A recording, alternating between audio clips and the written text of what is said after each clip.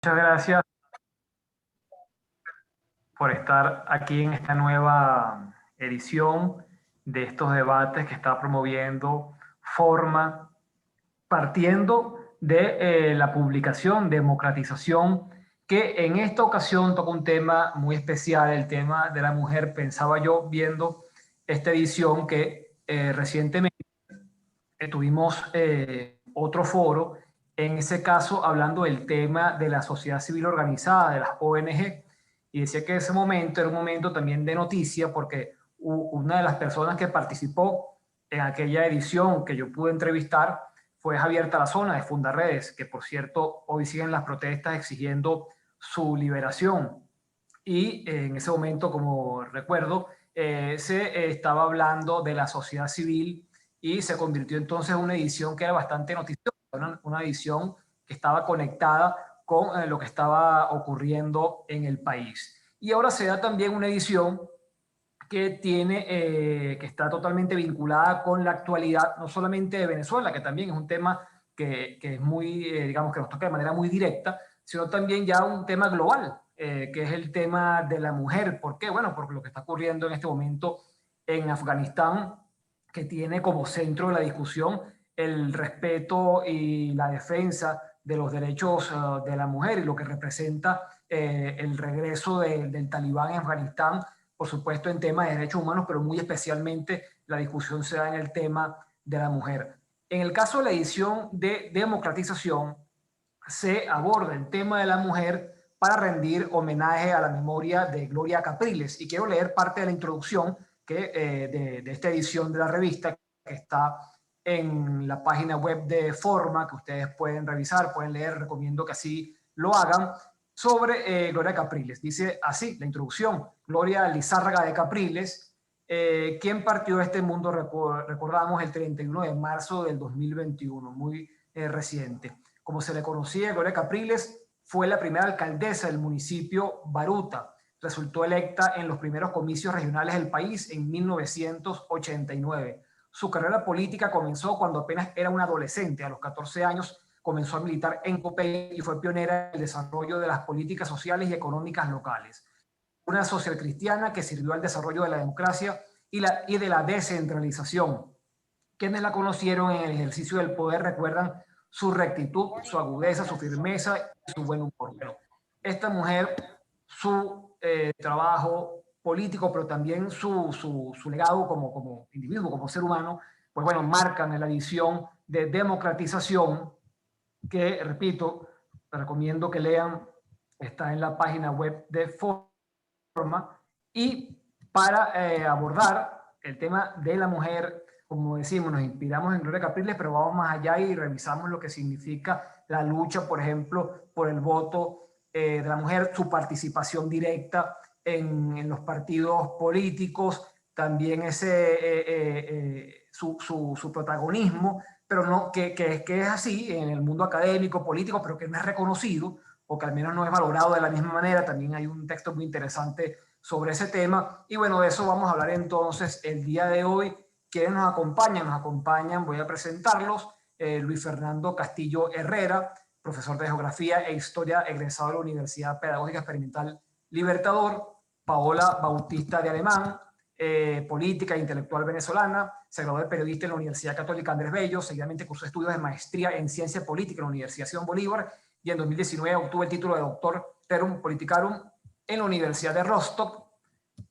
También tenemos a Liz Carolina Jaramillo, contadora pública, administradora comercial, especialista en docencia universitaria, doctora en ciencias de la educación y también presidenta de la Fundación para la Atención Integral del Niño y la Mujer de San Sebastián, en el estado de Aragua, desde 2004 a 2013, y diputada de la Asamblea Nacional elegida en el año 2015 por el Circuito 4 del estado Aragua. Y la profesora Adriana Bersner Herrera, licenciada en Educación en Estudios Internacionales de la Universidad Central de Venezuela, magíster en Ciencia Política de la Universidad Simón Bolívar. Yo quisiera comenzar esta conversación. Paola, podemos comenzar con el texto que tú presentas en esta edición de la revista, que creo que uno de los elementos interesantes que tiene y por allí quiero irme, es centrarme en tu experiencia.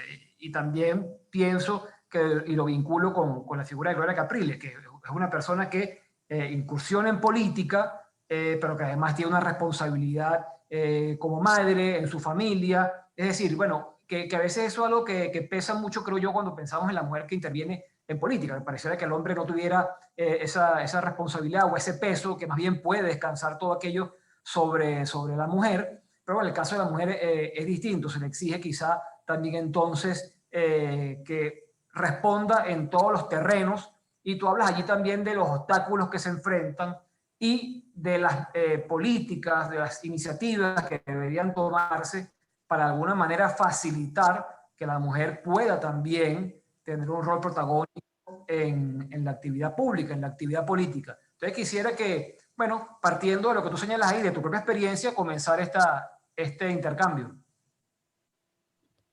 Hola Pedro, ¿cómo estás? Y bueno, un saludo a todos los que están conectados a esta hora. Está la profesora Natalia Brandler, que bueno, definitivamente es una pionera, ¿no? En lo que se llaman las icebreakers, ¿no? En temas en estos temas de género y de mujer. Bueno, por supuesto Adriana, que creo que coincidí con ella cuando Natalia nos dio clase en la Simón Bolívar, exactamente. Y bueno, por supuesto Luis y bueno, mi querida amiga, compañera de partido y de lucha, Liz Carolina. Mira, esta edición de democratización la quisimos dedicar al tema de la mujer porque entendemos que es una dimensión fundamental para el desarrollo democrático, fundamentalmente en el ámbito de la igualdad y de la justicia. Quisimos incluir no solamente aspectos técnicos o científicos sobre el tema de la mujer, sino también temas asociados al ejercicio de la política, y en ese sentido, bueno, la participación de Liz es fundamental. En mi caso concreto, lo que quise compartir en mi artículo, como tú bien lo planteas, es una aproximación muy personal de lo que es el ejercicio de la política, añadiendo unos, bueno, por supuesto, unos análisis bueno, de derivación intelectual o científica. La verdad es que creo que el gran desafío y lo que tú comentabas de conciliar, ¿no? Todos los ámbitos de desarrollo de la mujer para que exista una gran plenitud, creo que uno de los desafíos más importantes para Occidente, no, digamos, no entremos en temas en otro tipo de cultura, sino para Occidente, en donde hay unas condiciones predemocráticas más o menos estables y un avance cultural, es el tema de la conciliación trabajo-vida familiar. Es el hecho de que las mujeres, para desarrollar sus talentos, no tengan que sacrificar el ámbito privado, o que para estar en lo privado tengan que dejar a un lado el desarrollo de sus talentos profesionales, que efectivamente no solamente dan plenitud personal, sino que contribuyen de manera insustituible en el espacio público. Y para alcanzar eso se plantean una serie de debates. A veces el tema del feminismo, es una opinión personal, tiende a encasillarse dentro de distintas ideologías, bien sea de derecha o de izquierda. Y eso a mí me parece que a la justa reivindicación de derechos que están sustentados en injusticias reales, eso puede hacer daño. Por eso creo que la aproximación al problema tiene que hacerse con rectitud técnica, con rectitud intelectual, con rectitud política, con rectitud antropológica, de modo que podamos encontrar solución a desigualdades que son reales y que tenemos que subsanar para que haya un desarrollo de la justicia dentro de los sistemas políticos. Yo lo dejo hasta ahí para que, bueno, mis compañeros también compartan sobre este tema. Perfecto. Bueno, yo quiero ir ahora también pensando en el tema de partir desde la experiencia con Liz Carolina Jaramillo, diputada elegida en el año 2015 por el Estado Aragua. También en su texto habla de lo que es su experiencia, en este caso, bueno, trabajando, avanzando desde el trabajo dentro del partido, la actividad dentro del partido, y también desde la actividad desde espacios ya de cargos que ha tenido, como recordábamos el tema de ser parlamentaria, y lo que significó además ese parlamento en ese momento, ¿no? El cambio que significó el triunfo de la oposición en el año 2015. usted en el artículo toca un tema también importante de cómo desde los partidos, o cómo los partidos deben asumir también esta política de inclusión, de abrirse, que eso incluso favorecería la recuperación de su credibilidad, entendiendo que, bueno, se trata de incorporar a la mujer en espacios de decisión, en espacios directivos y que tenga un peso real, que se reconozca y se valore. Entonces quisiera, de nuevo, partiendo de la experiencia que usted misma reseña ahí, que le ha tocado vivir, pero cómo ve también ese esfuerzo que se debe impulsar desde los partidos para que la mujer tenga cada vez un rol más protagónico en los espacios de decisión. Gracias, Pedro Pablo. Y bueno, saludos a quienes me acompañan hoy en este rol de panelistas en la presentación de hoy. Paola, un fuerte abrazo y además agradecida por la invitación a escribir en esta edición de la revista Democratización. Y bueno, a los profesores Luis Fernando, Adriana, un placer compartir con ustedes en esta publicación y bueno, ahora en este encuentro virtual. Pues sí, Pedro Pablo, las mujeres definitivamente, como bien decía Paola, el tema del feminismo no es un tema de ideologías, es un tema de poder desarrollarnos como mujeres y que esto no signifique sacrificarnos ni en el escenario de lo público, ni en el escenario de lo privado, de lo familiar, ni tampoco sacrificar en el escenario de lo profesional. El feminismo es lograr ese equilibrio entre el escenario familiar y el escenario profesional, que efectivamente nos permita desarrollarnos en igualdad de condiciones y de oportunidades que los hombres los han venido realizando. Para nosotras, las mujeres, históricamente, pues pudiéramos resumir que hemos enfrentado desde hace mucho tiempo 3 obstáculos iniciales cuando decidimos estar en política.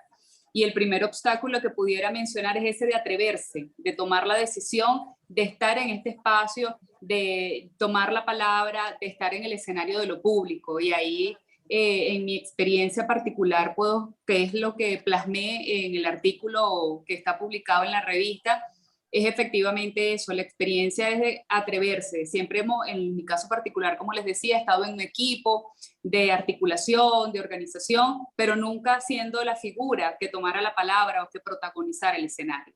Cuando llegué a esta experiencia, este rol en la Asamblea Nacional fue algo completamente nuevo y que además de esto no tenía esa sensibilidad hacia la igualdad o hacia el feminismo. Fue gracias a la organización Cauce, a mi partido político, a Elisa Ferris, que está dentro de mi organización, llevando la Secretaría de Justicia Familiar, que nos llevó a unos encuentros con la organización Cauce, que está hoy aquí presente Natalia, en este encuentro, que es una promotora de la formación de las mujeres en el espacio político.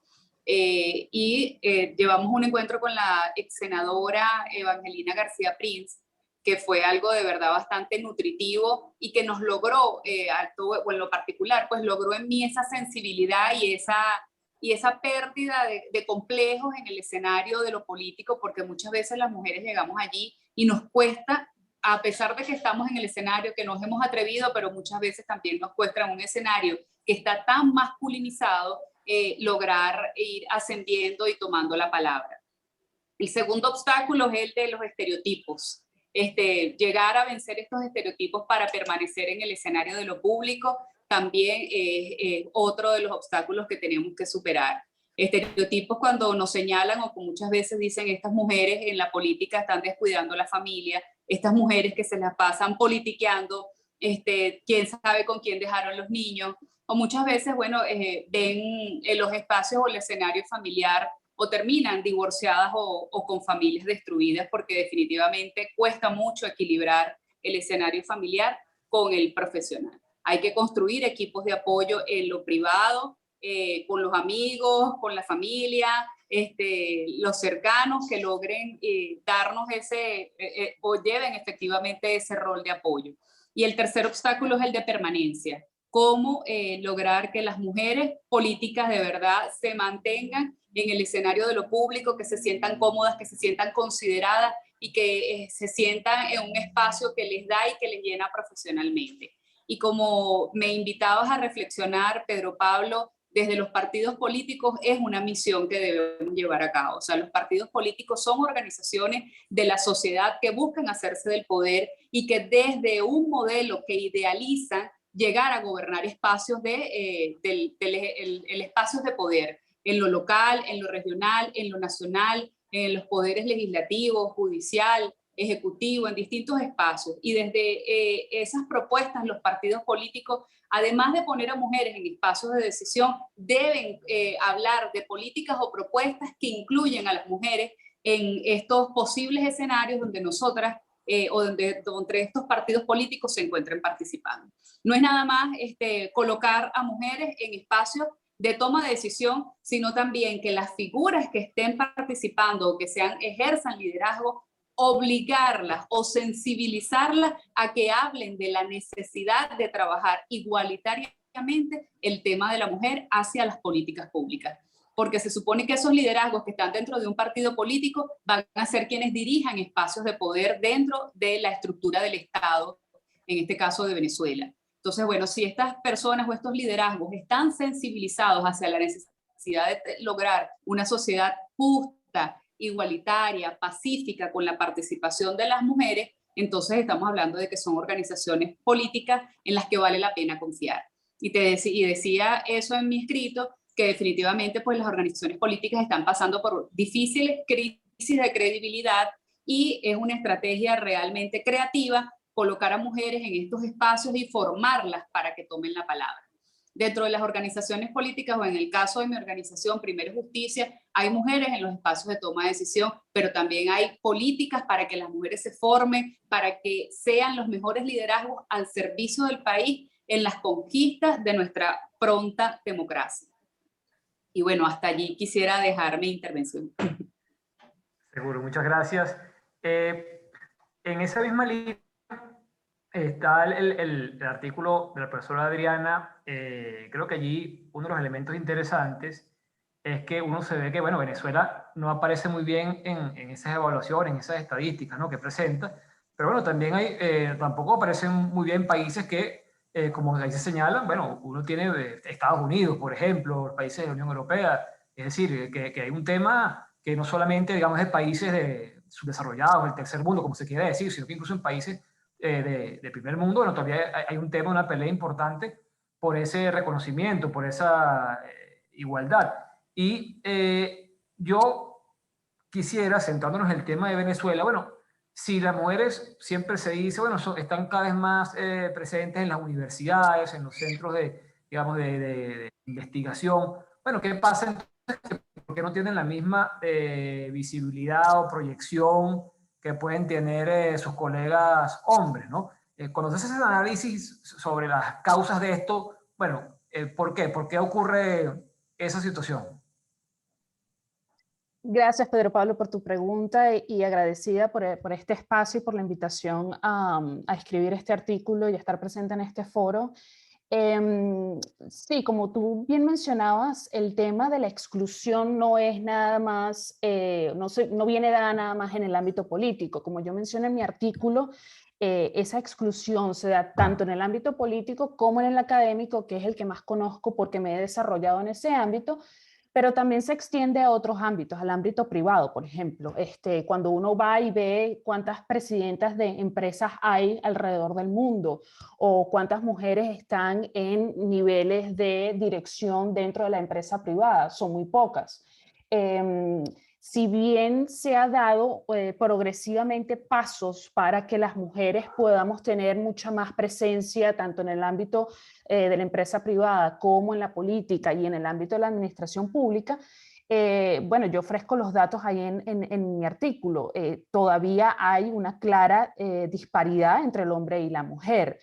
En la academia, a pesar, y aquí hablo más del ámbito en Venezuela, justamente cuando yo estaba escribiendo mi artículo, y como bien mencionaba Paola al principio, nosotras tuvimos la dicha de no solo estudiar juntas la maestría, sino que además en ese momento la coordinadora del posgrado era Natalia Brandler, quien está atendiendo este foro.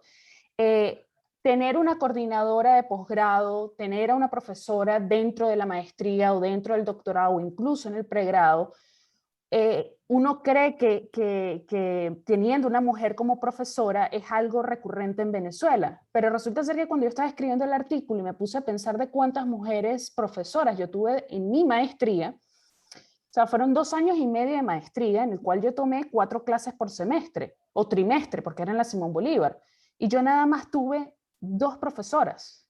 El resto eran hombres. Saquen la cuenta de 2 años y medio, ¿cuántos profesores puedo tener yo por trimestre si estoy tomando 4 materias? Y lo mismo más o menos ocurrió en el pregrado en la Universidad Central cuando estaba haciendo estudios internacionales. Yo cursé la carrera de estudios internacionales por semestre, 5 clases cada semestre por 4 años y nada más tuve 3 profesoras. Entonces, sí se ven, pero no existe la paridad en número, ni tampoco cuando venimos a ver en la toma de decisiones. Es decir, pueden existir mujeres profesoras, pero cuando empiezas a ver cómo van subiendo en el rango, en los escalafones, o cuando empiezan a tener, digamos, mucha más presencia a nivel de toma de decisiones, esa paridad no existe. Y ni hablar si nos venimos al contexto de los Estados Unidos. Cuando tú bien mencionabas, bueno, ok, quizás eso es un problema que existe en los países en desarrollo, en África, en Latinoamérica, pero resulta ser que en África y en Latinoamérica han existido más presidentas mujeres que en la historia de los Estados Unidos. En la historia de los Estados Unidos no ha existido una presidenta mujer.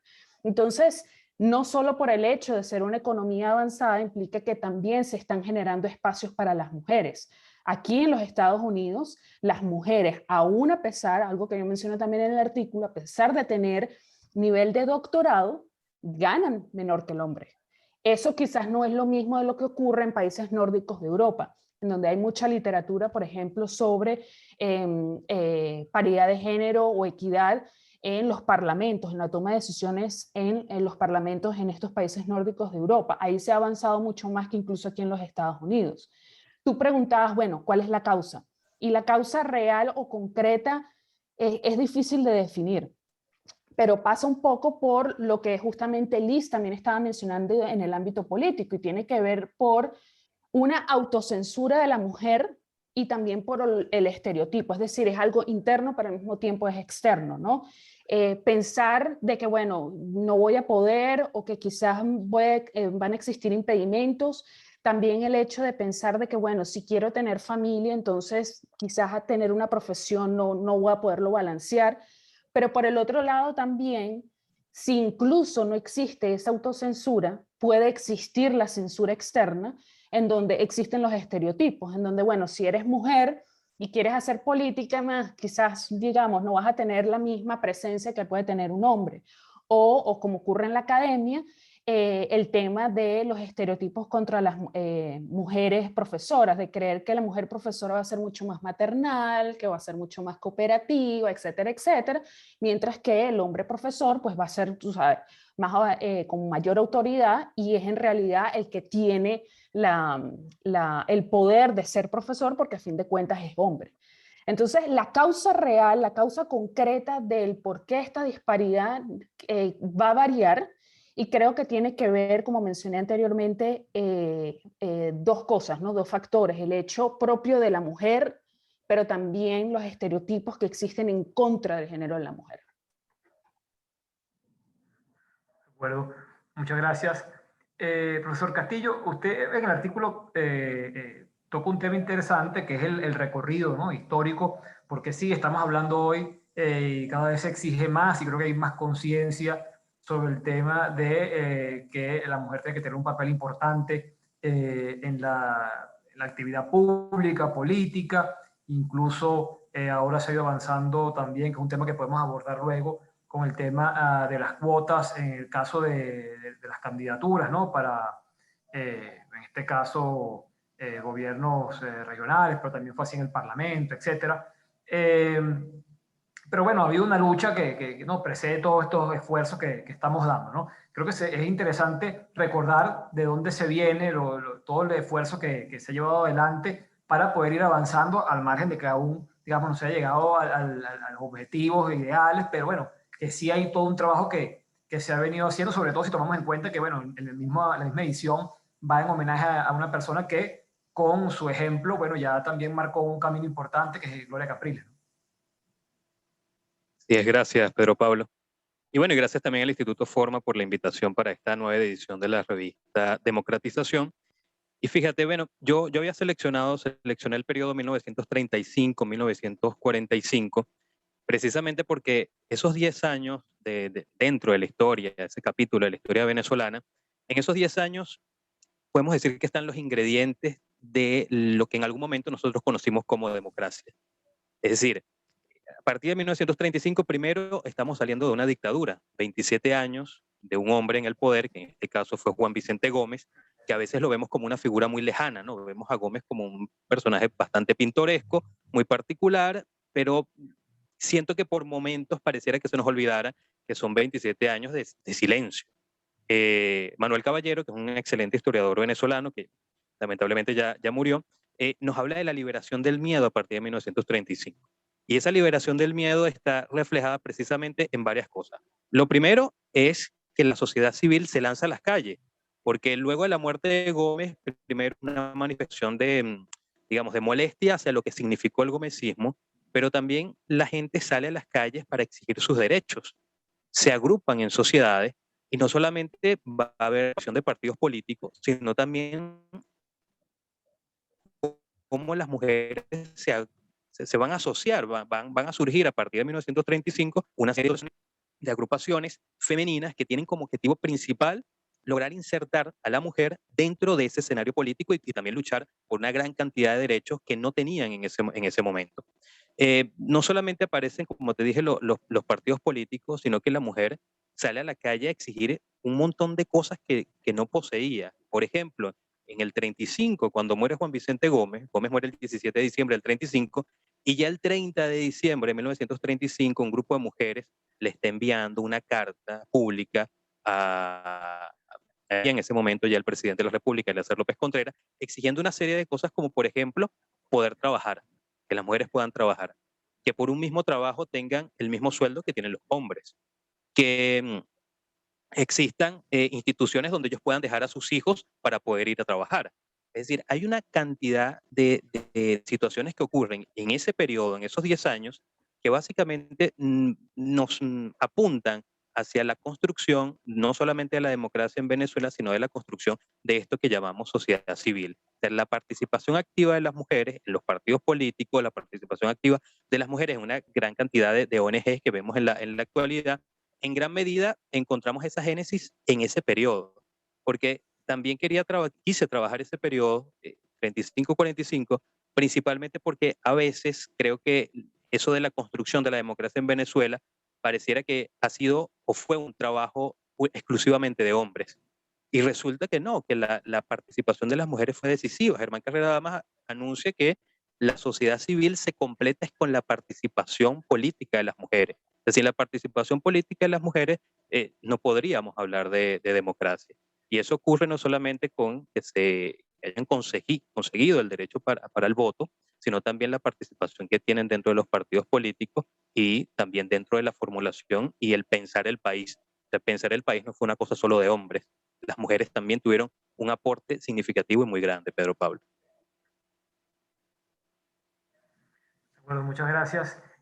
Bueno, quiero comenzar esta parte de intercambio hablando del tema de ya llevarlo a la actualidad venezolana, ¿no? Porque, bueno, hemos visto mujeres asumiendo un rol protagónico en la política venezolana, muy cuestionadas ellas, ¿no? En algún momento... bueno, la presidenta del Parlamento era mujer, la presidenta del TSJ era mujer, la presidenta del CNE también. De hecho, la directiva del CNE por un buen tiempo estuvo en mayoría, eran 3-2 y 3 rectoras, 3 mujeres como rectoras principales del CNE. Y bueno, si pasamos revista en otros cargos relevantes, la Defensoría del Pueblo también, estuvo la Fiscalía General de la República también, presencia de mujeres allí. Eso, le pregunto a la profesora Dersner, muestra que Venezuela entonces ha ido mejorando. O sea, y cuando uno ve el desempeño de esta señora en estos cargos, ¿eso ha sido positivo para el país o cómo puede entenderse esto? Sí, obviamente que cada vez que vemos mujeres en rangos altos como estos que has mencionado, es una ganancia, ¿no? Es positivo. Pero también hay que tener en cuenta que solo lo numérico aquí no es lo que, o sea, no el hecho de que ellas estén en esos cargos, eso de alguna manera es un espejo de lo que está ocurriendo a nivel nacional, ¿no? Y pongo otra vez el ejemplo de la academia, o sea, sí, ha existido presidentas en el CNE, ha existido presidentas en el TSJ, han existido defensoras que han estado al frente de esa oficina, pero digamos, eso no ha sido espejo de paridad en otros ámbitos. No hemos visto que ese mismo avance se haya podido lograr en otros ámbitos. En el artículo yo menciono de que con el tiempo se han logrado cambiar ciertas leyes, los partidos políticos, y ahí menciono específicamente 3, han logrado incorporar estructuras dentro de sus propios partidos políticos para que exista la voz de las mujeres y para que de alguna manera la problemática que han tenido muchas mujeres en Venezuela pueda ser no solo discutida, pero también de alguna manera abordada por estos partidos políticos. Pero, por ejemplo, si empezamos a ver cuántas presidentas de partidos políticos hay en Venezuela, para el año 2020 nada más habían 2 mujeres presidentas de partidos políticos. ¿Y cuántos partidos políticos hay en Venezuela? Hay más de 2, hay más de 5, hay más de 10. Entonces, la cuestión aquí es, sí, es un avance, es positivo y como dije anteriormente, es una ganancia cada vez de que vemos a una mujer que es rectora, por ejemplo, de una universidad en Venezuela, o una mujer que llega a ser presidenta del partido político o defensora del pueblo o la presidenta del CNE, yo lo aplaudo. Pero también hay que ver de que esos son números muy pequeños cuando lo ponemos en contexto, cuando lo ponemos a nivel general. Todavía queda mucho más por hacer para que no solo aplaudamos porque existe una mujer presidenta del CNE, pero que está ocurriendo en otros ámbitos. Entonces, para responder a tu pregunta, sí es positivo, sí se ha avanzado cuando uno ve las estadísticas, por ejemplo, de la participación de la mujer en la política en la década de los 80, a principios de los 90, en los 2000, obviamente estamos en el 2021, han existido avances, pero se puede lograr mucho más, particularmente por algo que mencionaba Paola. Yo no creo que debamos de ver la diferencia entre Occidente y no Occidente en términos culturales. Ellos tienen avances culturales, nosotros tenemos avances culturales, son avances culturales distintos. Y creo que si hemos tenido en Latinoamérica mujeres presidentas, ¿verdad? La pregunta es, bueno, ¿por qué no se ha hecho más porque haya más presencia de mujeres en Latinoamérica? ¿Por qué todavía sigue existiendo estereotipos que no deberían de estar existiendo en pleno año 2021, ¿no? Entonces, es positivo, pero se puede lograr hacer mucho más. De acuerdo. Con Liz Carolina Jaramillo, hay un tema que también aborda en el artículo, pero saliendo también de allí, partiendo también, o sea, tomando un punto allí, que es el tema, por ejemplo, del techo, ¿no? Cuando se pone la cuota y se entiende que la cuota no es que el piso para partir de allí crecer y aumentar la participación de las mujeres, sino como que, bueno, cumplamos con ese mínimo allí y no hagamos más nada, ¿no? Usted quisiera una reflexión sobre ese punto, pero además usted decía cómo fue, digamos, aumentando, creciendo la conciencia del tema del feminismo, ¿no? Bueno, ¿cómo abordar ese tema? Porque también a veces en el debate público, bueno, aquello queda reducido a veces al chiste, ¿no? De los y las, ¿no? Los estudiantes y las estudiantas, porque además también se toma burla del mismo poder a veces cuando se desfigura, se atenta contra el lenguaje y se toma al final al chiste. Bueno, ¿cómo hacer, cómo evitar eso y asumir, digamos, esto con mucha más conciencia y entender que esto no es simplemente, bueno, que digan, que cambien una palabra por otra para dar sensación de inclusión cuando en realidad se exige mucho más, ¿no? Sí, bueno, efectivamente las sociedades deben estar cambiando o estamos cambiando. Yo creo que hemos ido avanzando hacia procurar más espacios de participación de mujeres, nos hemos ido educando, pero por supuesto que la manera perfecta para lograr la plena igualdad es cuando todos logremos una educación plena y una sensibilidad plena hacia entender que somos iguales, que las mujeres no somos una etnia, ni somos un porcentaje ni un grupo social, sino somos el 50% o más incluso de la población mundial.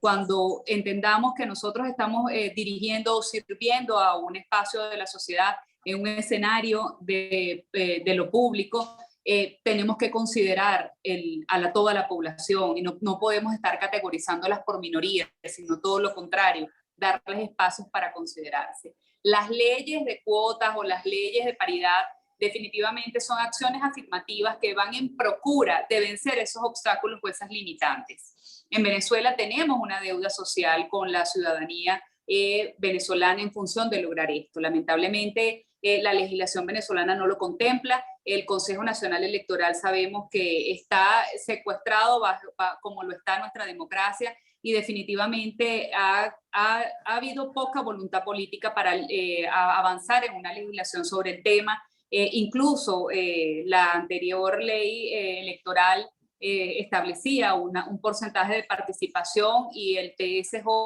lo eliminó por considerarlo excluyente o discriminatorio para los hombres. Entonces, en vez de ir en avance, hemos ido en retroceso, y ahora cada vez que hay un proceso electoral, el Consejo Nacional Electoral emite resoluciones entre gallos y medianoche para poner los partidos políticos en estado de urgencia para postular en paridad de condiciones mujeres con hombres. Entonces, bueno, eso nos obliga a las organizaciones políticas a invertir en la formación de sus mujeres, de sus liderazgos femeninos, en función de que no exista una obligación legislativa para que éstas participen, sino que exista un liderazgo formado y que esté inmerso en la participación política y sobre todo en los espacios de poder. Eso definitivamente es necesario. Siempre he dicho que este régimen definitivamente maneja un feminismo pretendido. Ellos desde hace algún tiempo vienen ridiculizando incluso el tema de la igualdad de la mujer. Como están nuestros parlamentos, están nuestras democracias, y desen cuenta cómo está nuestro parlamento en estos momentos, secuestrado.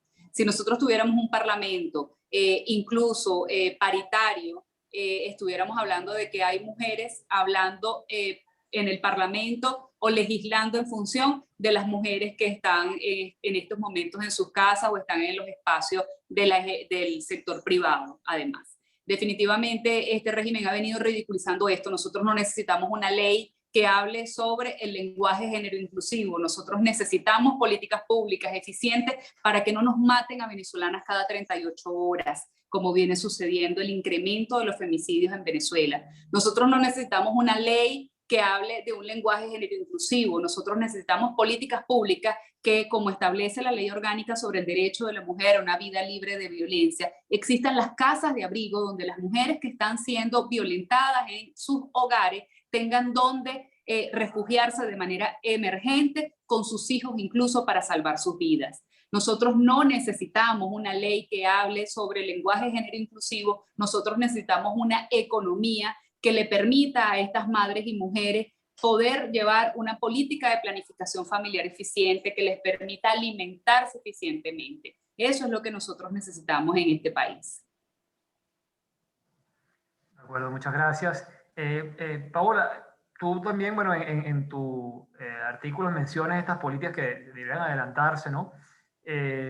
Para facilitar la participación de la mujer. Quisiera que hablar un poco de eso, profundizara sobre ese tema, porque como tú dices allí, hay un tema además que golpea con mucha fuerza, y pensamos, escuchando a Liz Carolina, con el tema del femicidio, que a veces aquí como tenemos el tema de la violencia tan marcado, ¿no? Bueno, parece que es un tema menor, y que incluso aquí hay gente que dice, no, aquí eso no es un problema en Venezuela, como si es en otros países. Claro, porque tenemos una cantidad de muertes, homicidios, muertes violentas, y eso parece una estadística más. O sea, no hay como no se detiene a analizar, salvo cuando hay un caso muy escandaloso que sí levanta, ¿no?, la indignación de la opinión pública. Pero también tú en tu artículo, Paola, mencionas el tema de la pobreza, que sí afecta a todos, obviamente, en este país y más en este momento, cuando vemos los porcentajes, bueno, pero golpea con mucha fuerza a la mujer, que además tiene, bueno, el peso que puede significar también hacer frente a ese desafío por su responsabilidad en el hogar, por todo lo que esto tiene que ver, ¿no? Esas limitaciones que, repito, a veces pensamos que no la pensamos de la perspectiva de cómo afecta a la mujer y cómo obstaculiza su avance en el tema político, porque bueno, estamos en este desastre general y no nos detenemos en eso, ¿no? Entonces quisiera un poquito que hablar sobre este tema que tú abordas en tu artículo, ¿no? Sí, yo coincido mucho en lo que comentaba Liz, ¿no? Y, y la verdad es que el principal enemigo que tenemos las mujeres venezolanas actualmente para construir caminos de igualdad y para afrontar con seriedad, con la seriedad de vida, las justas reivindicaciones bueno, que necesitamos, es la dictadura actualmente. En términos de participación política, hay un grave riesgo y es me gustó mucho el término que usó Liz sobre el feminismo, y es la instrumentalización política que el régimen hace de unas reivindicaciones que son justas. Entonces ocurre que el tema de la mujer genera incomodidades, no porque son reivindicaciones, sino porque el régimen lo instrumentaliza para obstaculizar los mecanismos de consenso, los mecanismos unitarios, y eso genera realmente un problema, y sobre todo lo hace con desparpajo. Yo escuchaba hablar a Adriana cuando hablaba el tema de la representación, ¿no? De hombre y mujer o de género en los espacios públicos, y cuando ella decía que no es solamente cuantitativo, estoy muy de acuerdo con ella. De hecho, cuando uno revisa el informe de ONU Mujeres del año 2019, la presencia de mujeres en congresos, los 3 países que tienen más mujeres en sus congresos son países que no gozan de democracia, que son Ruanda, Cuba y Bolivia. Ruanda tiene el 61.3% de mujeres, Cuba el 53% y Bolivia el 53% también. Y vemos que son regímenes autoritarios o híbridos, ¿no? Que es el caso de Bolivia. Entonces, creo que el tema de la mujer, el análisis de la presencia de la mujer en los espacios públicos debe trascender a lo cuantitativo y entrar en el análisis sobre el tipo de espacio que se configura cuando ellas están ahí. Y están ahí, digamos, eso no son más autoritarios porque haya más mujeres o más democráticos porque haya más mujeres. Los índices son mucho más amplios que esa categorización única numérica. Y en el caso de Venezuela, el tema de la pobreza efectivamente atenta en contra de la conciliación, no solamente de las mujeres que participamos activamente en política, sino de todas las mujeres. O sea, una mujer que tiene que estar pendiente de recoger agua, de conseguir comida, que se le vaya la luz y no se le pudra lo poco que pudo comprar, de ver cómo los niñitos en medio de la pandemia aprenden algo o se conectan a algo. Una mujer que está tan agobiada por el funcionamiento cotidiano mínimo de su hogar, difícilmente puede concentrarse en lo que es lo público. Y aquí no lo digo como algo ajeno, sino algo que uno padece en carne propia, ¿no? Y, y creo que lo más duro de eso es que lo que dices tú, que luego el tema o se invisibiliza o, como dice Liz, se ridiculiza. Y al final ahí no gana nadie, porque la verdad es que causas que son realmente justas, necesarias, que deben estar en lo público, que debemos abordar, que las mujeres que tienen esa bandera en el ámbito de lo público y de lo legislativo, como es el caso de Liz, que pudieran echar adelante legislaciones que subsanen injusticias reales, que claman al cielo y que deben ser atendidas, pues no lo pueden hacer porque hay una situación de devastación que lo impide. De acuerdo. Profesor Castillo, usted, bueno, dado el recorrido de esa etapa histórica, ¿cómo evaluar hoy a la sociedad venezolana? ¿Hay más conciencia sobre esto? Digamos, se ha ido avanzando, ya hay menos obstáculos, la gente ve con más naturalidad, con más normalidad, por decirlo así, que las mujeres ocupen espacios importantes en la escena política. Digamos, todo aquel esfuerzo ha venido a sumar y ahora vemos que quizá la gente, el venezolano, entiende esto mucho mejor. Yo creo que en líneas generales sí ha existido, por supuesto, un avance muy significativo, un avance muy marcado si lo comparamos, por supuesto, con la década de los 40, la década de los 50. La participación de la mujer tiene, digamos, muchísimo más peso. Y la sociedad en gran medida también lo ha aceptado de esa manera. Sin embargo, yo quisiera rescatar, y aprovechando esto que me acabas de preguntar, algo que Lisa había comentado hace un instante, cuando dijo lo del feminismo pretendido. Y es cierto, porque si bien es cierto, la sociedad venezolana ve con mayor naturalidad, digamos, la presencia de la mujer en la academia, la presencia de la mujer en la vida política, en la vida pública, también es cierto que desde las esferas de poder se utiliza todavía la mujer o se pretende hacer una especie de propaganda bastante nebulosa, bastante enrarecida para hacer un pésimo trabajo en torno al feminismo. Es decir, por ejemplo, durante estos últimos 20 años vemos que desde el campo histórico han tratado de enaltecer la figura de ciertas mujeres, pero esas mujeres tienen unas características y esas características es o son las esposas o las amantes del héroe independentista o estuvieron en combate, en batalla. Es decir, si logran hacer lo que el hombre hace, si logran ir a combate, a batalla, esas las podemos rescatar, esas las podemos colocar en estatuas, esas las podemos sacar en distintos textos, incluso textos escolares. Pero luego vemos que la participación de las mujeres en esa segunda mitad del siglo XX, esas mujeres que se lanzan a la calle, que crean esas distintas asociaciones, que persiguen el voto, que persiguen la construcción de la democracia, prácticamente de esas no se habla. Y no se habla porque el objetivo quizás no es tanto invisibilizar a la mujer, que quizás tiene mucho de eso, pero creo que el objetivo también es invisibilizar la democracia. Es decir, mostrar la democracia como una cosa inviable, como una cosa totalmente nefasta, y la sociedad también se olvida un poco de eso. Y cuando vemos la democracia como una realización de todos los venezolanos, incluyendo a las mujeres, y lo que decías Ana Arendt, la participación de todos los individuos dentro de lo que es política realmente, o sea, la interacción de todos los individuos, es básicamente lo que realmente nosotros tenemos que rescatar. Sin embargo, y ya cerrando esta parte de la intervención, siento que sí, estamos viendo con mayor naturalidad la presencia de la mujer, pero eso no quiere decir que el tema de la violencia, que el tema de la discriminación hacia la mujer, que estas ideas de ver a la mujer en plan de chiste también y señalar a algunos términos incluso que minimizan a la mujer, no quiere decir que eso haya desaparecido. Creo que eso está presente todavía, incluso todavía en el orbe académico, donde pensamos que eso ya tendría que estar superado.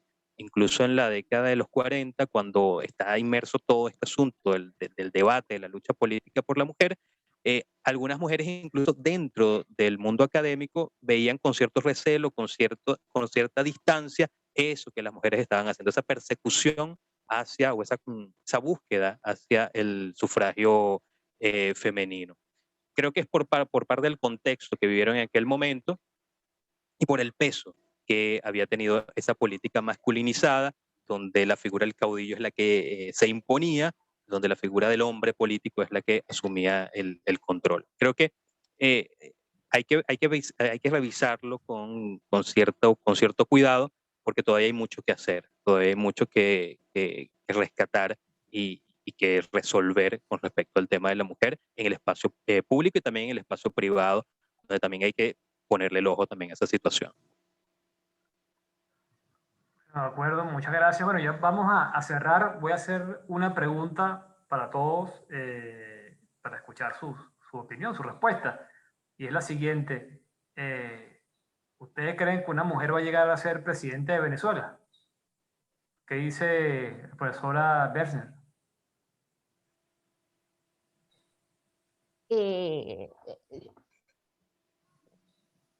Yo no veo eso viable en este momento, por las circunstancias obviamente que caracterizan, digamos, el conflicto actual. Primero tendríamos que hablar, bueno, de un cambio del régimen actual para después plantearse la idea de tener una presidenta mujer. Sin tener mayores alternativas de lo que yo mencionaba anteriormente, de que en el 2020, por ejemplo, nada más sean 2 las presidentas de partidos políticos, sin tener líderes mujeres que tengan más voz y visibilidad, más difícil se hace también lograr de que mujeres puedan llegar a la presidencia en Venezuela. Para ser concreta contigo, es posible, pero no sé si yo, por ejemplo, lo vaya a lograr. A ver, en este momento yo no veo cómo realmente, o sí cabría la posibilidad de que se elija una mujer presidente en Venezuela, dado el contexto que estamos viviendo en estos momentos. Profesora, pero yo pregunté si una mujer iba a ser presidenta, no si la Vinotinto va al Mundial, que es lo que creo que no vamos a ver, porque yo creo que una mujer sí podemos verla. Liz Carolina Jaramillo, su opinión, llegar una mujer a la presidencia de la República, una mujer venezolana. No, claro que sí, claro que sí. Yo creo que tenemos el deber de vender esperanza y recomponernos en medio de tanta desesperanza que el mismo régimen quiere inocularnos. Y también creo que la Vinotinto va a ir al Mundial. Yo tengo mucha fe y mucha esperanza en eso y en que, bueno, lograremos la democracia en un corto periodo, que la voy a ver y la voy a disfrutar mucho rato junto con mis hijos, y que voy a ver también una mujer presidenta de mi país. Claro que sí. Muy bien. Profesor Castillo. Bueno, igual que mis compañeras, yo creo que sí es viable. Por supuesto, hay que evaluar los contextos, bajo qué situación puede ocurrir eso.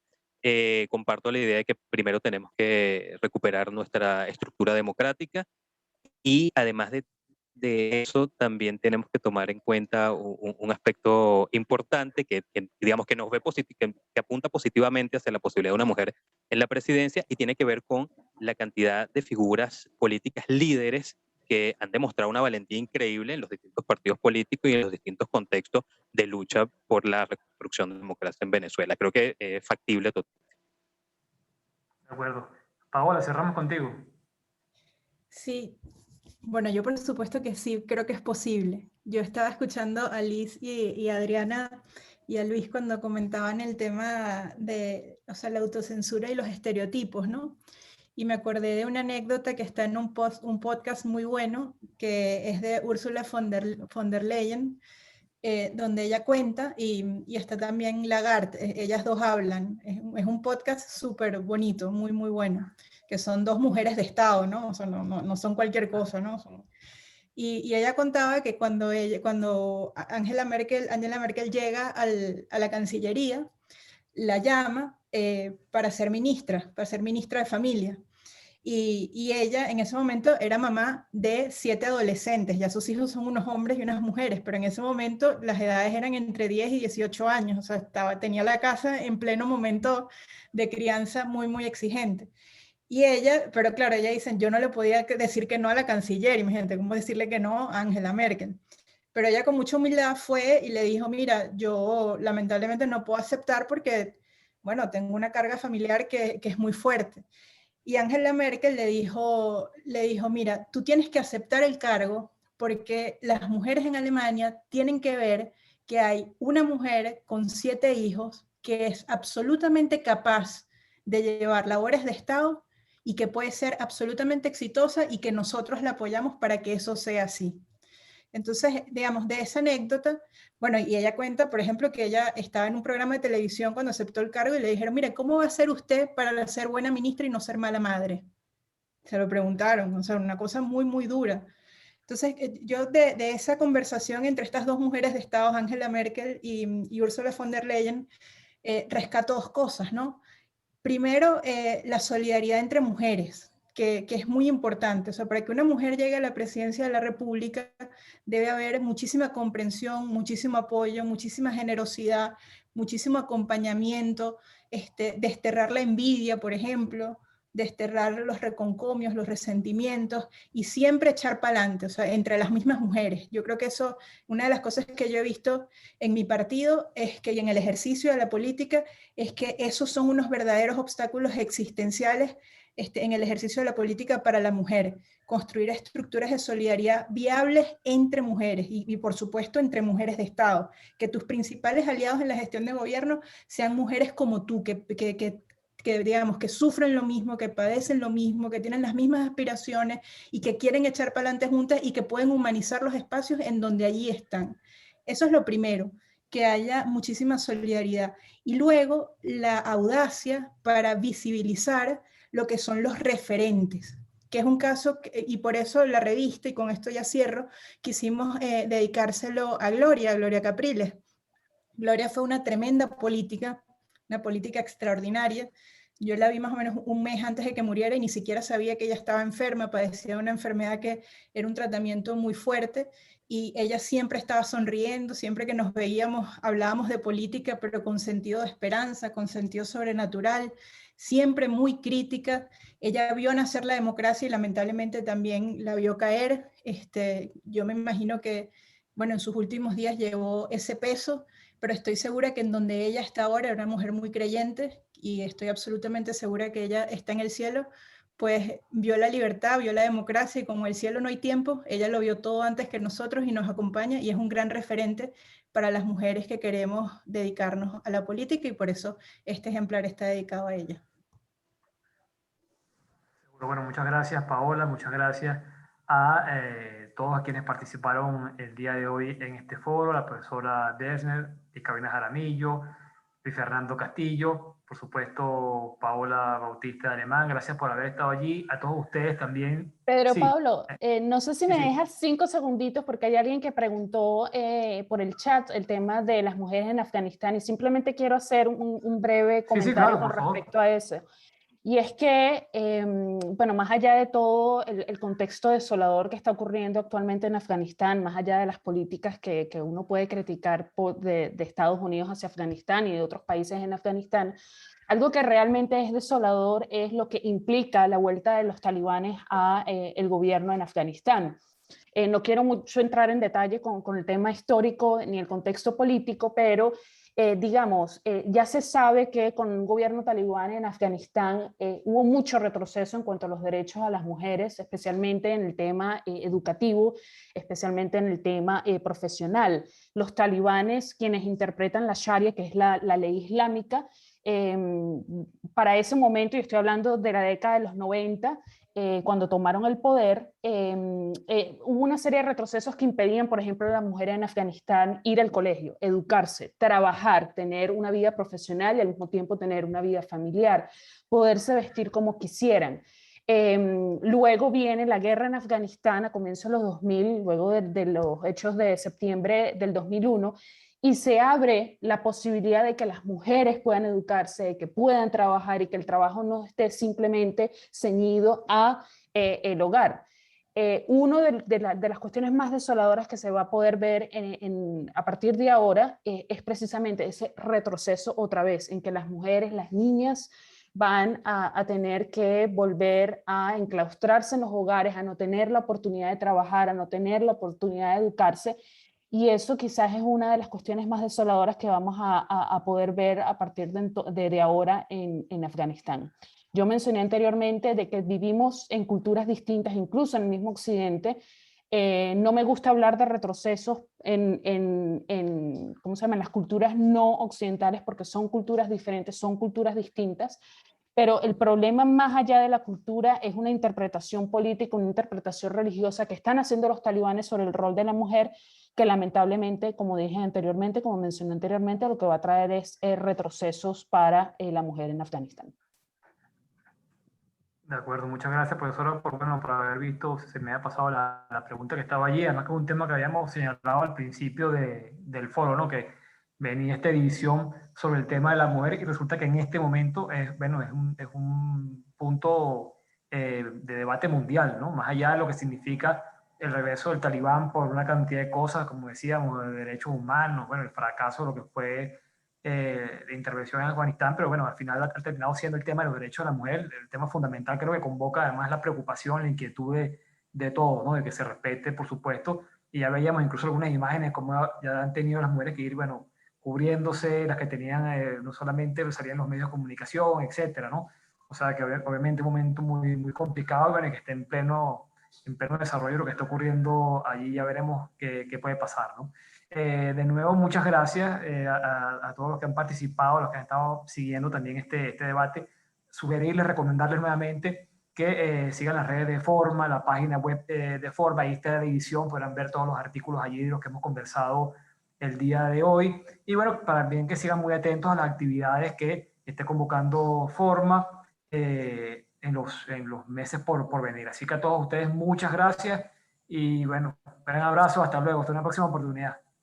Hasta luego, muchas gracias. Un abrazo a todos. Un abrazo, mil gracias. Un abrazo. Chao.